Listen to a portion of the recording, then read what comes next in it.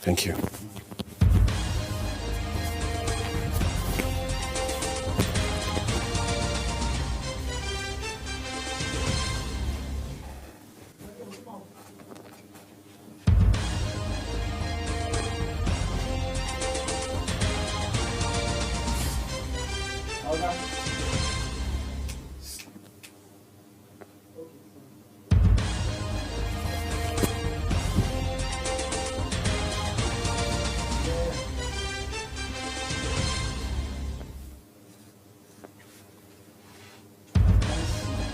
Can you open the door, please?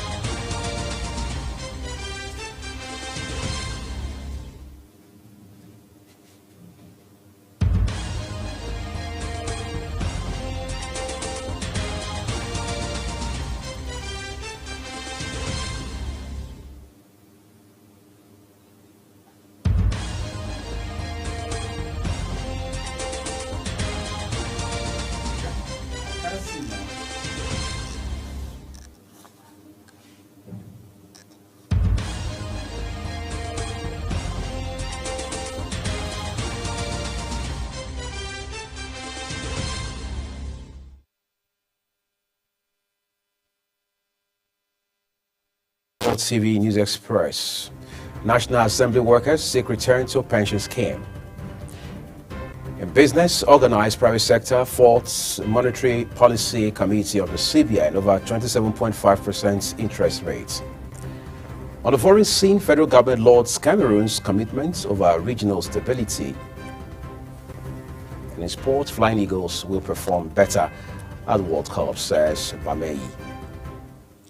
Hello and a very warm welcome to all our viewers in Nigeria and around the world to News Express on Global Television, coming to you live from the nation's capital, Abuja. I am Uyi Agumofwegbe, reminding our viewers that Global TV is on DSTV channel 365 and Star Times 276. You can also download the Global TV Nigeria mobile app for Android and iOS devices to keep track of our 247 broadcasts. Our sincere apologies for bringing News Express behind schedule. It was caused by unforeseen technical challenges which have now been resolved. We sincerely appreciate your understanding. Barely 2 years after a bill that was passed at the twilight of the Buhari administration, which removed the workers of the National Assembly Service from the contributory pension scheme, they are currently seeking a return to the scheme. The National Assembly Service Pensions Board Establishment Act, enacted in April of 2023, created a separate pension board for the National Assembly personnel, effectively removing them from the CPS under the Pension Reform Act 2014. With the implementation of the National Assembly Pension Board Act yet to commence, recent developments suggest a shift in perspective amongst the Assembly's management and staff.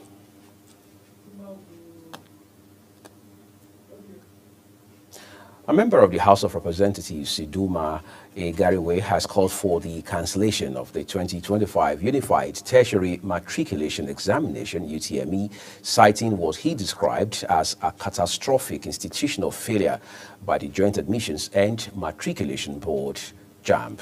Egariwe, who leads the Southeast Caucus in the House, made the call during an interview where he faulted the entire process of conducting the exercise.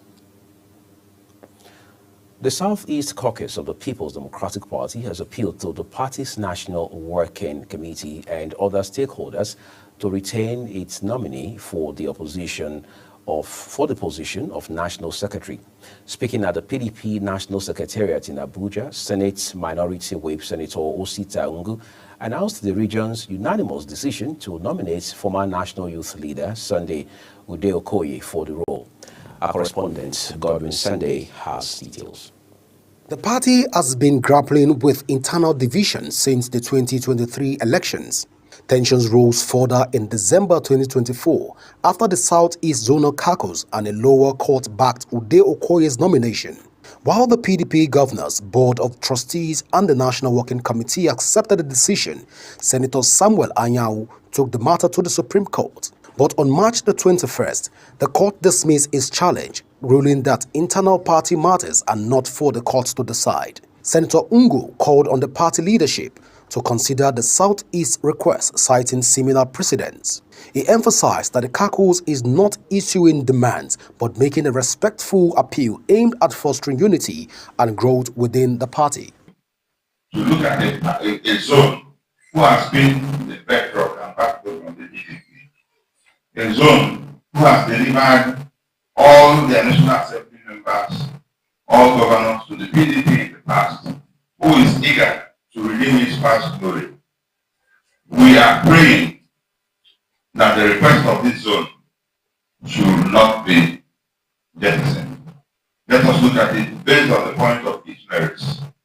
Let it be a stepping stone in our urge and our drive to reposition our party. In his response, the acting national chairman, Umar Damagu, represented by the Deputy National Chairman South, Taufik Arapaja, assured that the National Working Committee will operate strictly in accordance with the party's constitution. Decide on the way forward, and that decision will be forwarded to the NEC. So, no problem. We will look at it. We will do justice. We will do our best. He further stated that after deliberations with National Working Committee members, the resolutions reached will be presented to the National Executive Committee NEC at their upcoming meeting. Godwin Sunday for Global Television News. Well, thank you, Godwin. Amid rising concerns over recent defections, the People's Democratic Party Senate caucus has affirmed that the party remains united and steadfast. At the press conference after plenary, Senate Minority Leader Senator Abba Moro, together with other PDP lawmakers, emphasized that the party continues to be the strongest opposition force in the country. Queen Agaba completes the report. PDP senators gathered at the Senate Press Center to reassure Nigerians that despite recent challenges and the defection of some members to the All Progressives Congress APC, the party remains solid and cohesive. Senator Moro, the caucus leader, expressed confidence in the reconciliation efforts led by former Senate President Bukola Saraki. He assured that the committee tasked with addressing internal grievances would work diligently to restore unity within the party. He urged all PDP members to stay committed, underscoring that despite its difficulties, the PDP remains the party to beat. Contrary to the insinuations that the PDP is in shreds and at the verge of collapse, the party remains very, very strong and will continue to work stronger. The Senate caucus of the PDP, therefore, urges all our team members to remain resolute in their commitment, dedication, and loyalty to the party.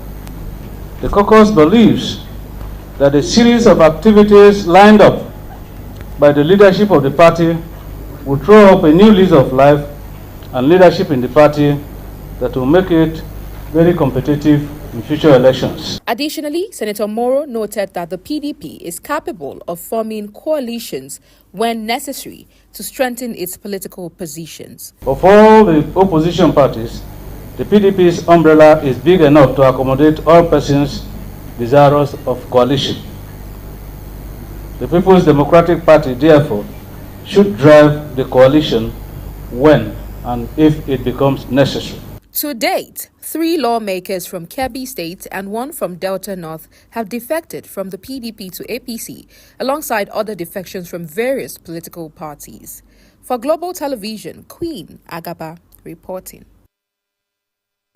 For Queen Agaba's report now, let's turn to other stories where, in a bid to revive and boost the production of locally made textile materials, the House of Representatives has resolved to urge the federal government to regulate the importation of foreign textiles into the country. Ogojuku Mobuno has more.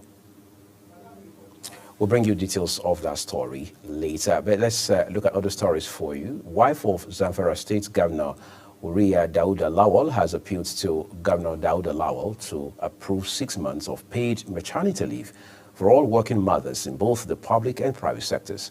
She made the appeal during a courtesy visit to the governor at the Government House in Gusau, the state capital. Correspondent Kabir Hassan has more. This is an advocacy visit to the office of the Zamfara State Governor by the State First Lady, Huraya Lawal, and other stakeholders. She says granting 6 months of paid maternity leave is not just a policy, but a gesture of love and vital investment in collective future of children. The wife of the governor noted that the 6 months maternity leave policy is to improve employee retention, increase morale, and healthier babies. This isn't just a policy. It's a labor of love for our women, our children, and our future. The early months of a child's life are sacred, filled with precious bonding, life-giving breastfeeding, and the vital healing of both mother and baby. The UNICEF representative, Kulu Sanda, emphasizes that advocating for 6 months of paid maternity leave for nursing mothers aligns with the Sustainable Development Goals, SDG, and the United Nations standards, which promotes the well-being of mother and child. UNICEF also aligns with this policy of advocating mothers to have time enough to breastfeed her child, time enough to take the child for routine immunization.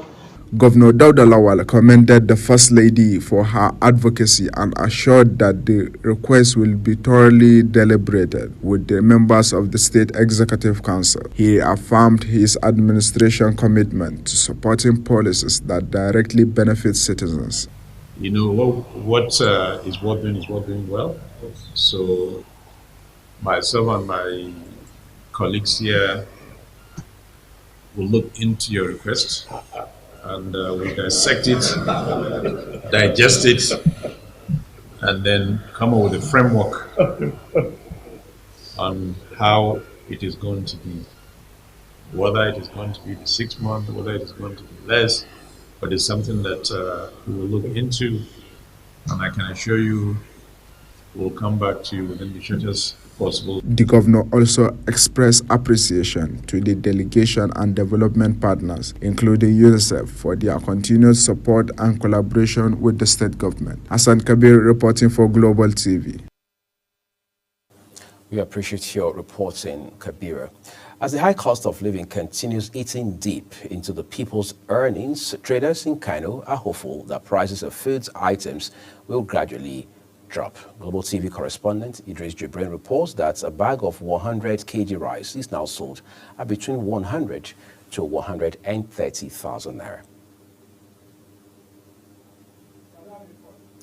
We'll also bring you that story later. A protest organized by the Trade Union Congress TUC over unpaid allowances has compelled the federal government to pledge payment of the overdue within the next 48 hours. The protest was over unpaid allowances and other outstanding entitlements owed to workers, some dating back to January this year.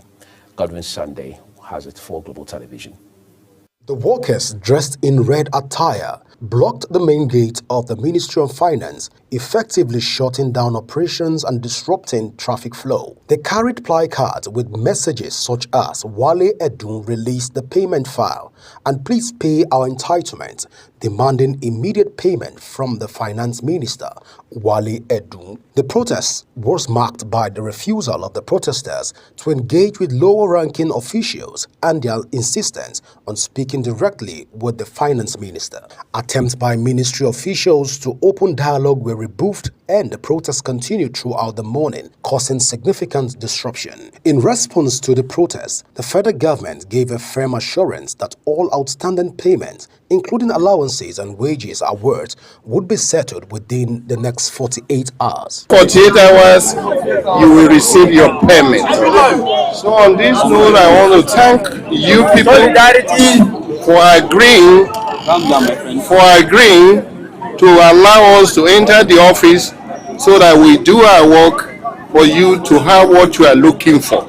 Your voice has been heard and we will not disappoint you.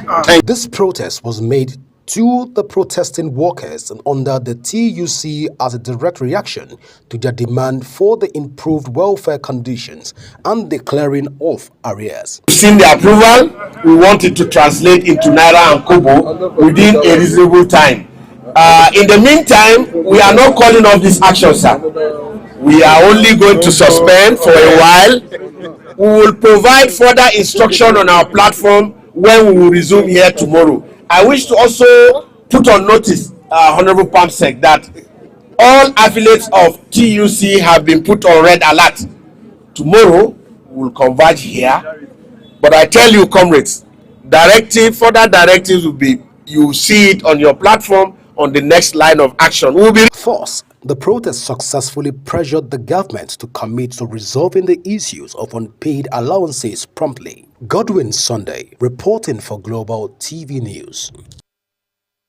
Global Television will keep tracking that development for you. Thank you, Godwin Sunday.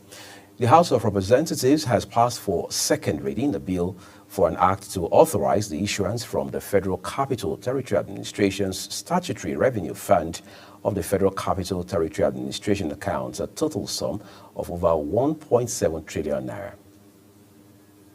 The House of Representatives also called on the Federal Ministry of Power to collaborate with the Federal Ministry of Industry, Trade and Investments to provide essential infrastructure, particularly stable power supply, to local textile manufacturing companies to enhance productivity qualities. Additionally, the House has urged the Federal Ministries of Finance, Industry, Trade and Investment alongside other relevant agencies to support the local textile industry by providing soft loans and improving access to credit facilities through the Bank of Industry.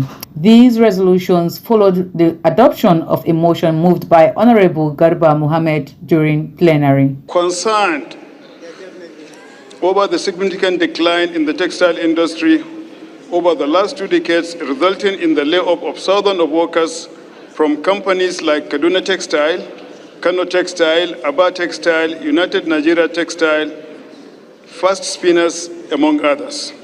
Also concerned that the discovery of oil in Nigeria resulted in decreased cotton production, a crucial raw material for the textile industry, thereby significantly impacting the textile sector. In a related development, the House of Representatives also urged the federal government through the National Emergency Management Agency, NEMA, to conduct a post-disaster assessment of Jedo, Ubokodo, and Ogoton communities in Delta State, which were recently affected by a severe rainstorm and windstorm. This followed the adoption of a motion of urgent public importance sponsored by Honorable Benedict Etena Bene, representing Delta State during Tuesday plenary.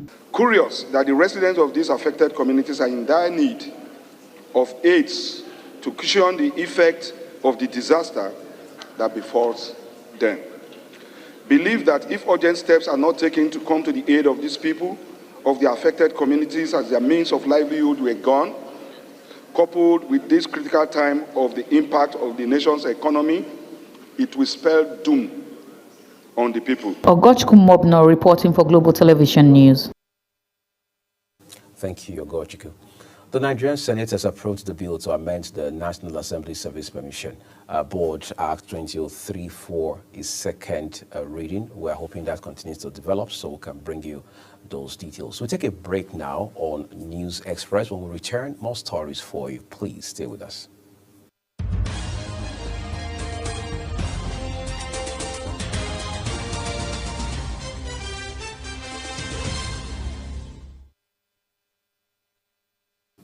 The second part of this news broadcast now returns with business, where the Monetary Policy Committee of the Central Bank of Nigeria, CBN, has retained the country's interest rate at 27.50% for the second time this year.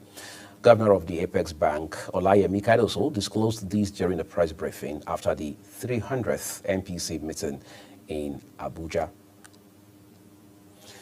The federal government has lauded Cameroon's commitment and collaboration in fostering stability in West Africa amidst complex security threats by Boko Haram and other armed groups on the occasion of its 53rd independence anniversary. Minister of Foreign Affairs, Ambassador Yusuf Tugar, in a statement issued in Abuja by Kimiebi Ebiemfa, spokesperson of the Foreign Ministry, congratulated his counterparts, Liu Yun Mbella, Minister of Foreign Affairs of Cameroon. Still on the foreign scene, the United States President Donald Trump says the U.S. has selected a design for the futuristic Golden Dome missile defense system.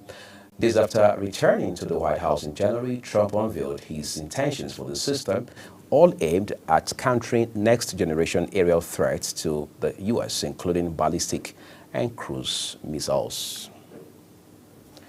The United Nations says its teams in Gaza have not yet been able to distribute aid despite dozens of supply trucks entering the territory over the past 2 days. Israeli officials said 93 trucks entered Gaza on Tuesday, carrying aid including flour, baby food, medical equipment, and pharmaceutical drugs. Time to look at sports for you. Flying Eagles captain Daniel Bameyi is optimistic the team will put up a better showing at the 2025 FIFA Under-20 World Cup in Chile. Aliou Zubeiru's side finished third at the just concluded 2025 Africa Under-20 Cup of Nations in Egypt. The West Africans lost 1-0 to eventual champions Majita of South Africa in the semi-final before overcoming host Egypt 4-1 on penalties in the third-place match. Let's talk tennis. Quadri Aruna has reinforced his reputation as one of table tennis's elite with a sensational 4-2 win over Germany's Benedikt Duda to reach the round of 16 of the 2025 ITTF World Championships in Doha, Qatar. The victory sealed at the Lusail Hall ensures he is the last African standing in the men's singles following the exit of Egypt's Omar Hassara in the second round. Let's bring it closer to home now. Rangers International have gone head-to-head with Kwara United in the high-stakes encounter in the semi-finals of the 2025 President Federation Cup at the Mobolaji Johnson Arena. The match pits two Nigeria Premier Football League sides against each other, with a place in the final of the country's oldest football competition up for grabs. Both teams come into the fixture on the back of hard-earned victories in the quarter-finals. Rangers narrowly edged Plateau United 1-0 in Abuja, while Kwara United saw off Akwa United.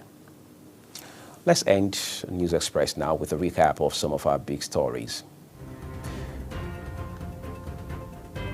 Incidentally, that's all we have for you here on News Express. Thank you so very much for watching. I'm Uyi Agmofegwe. I'll see you again on News Cycle.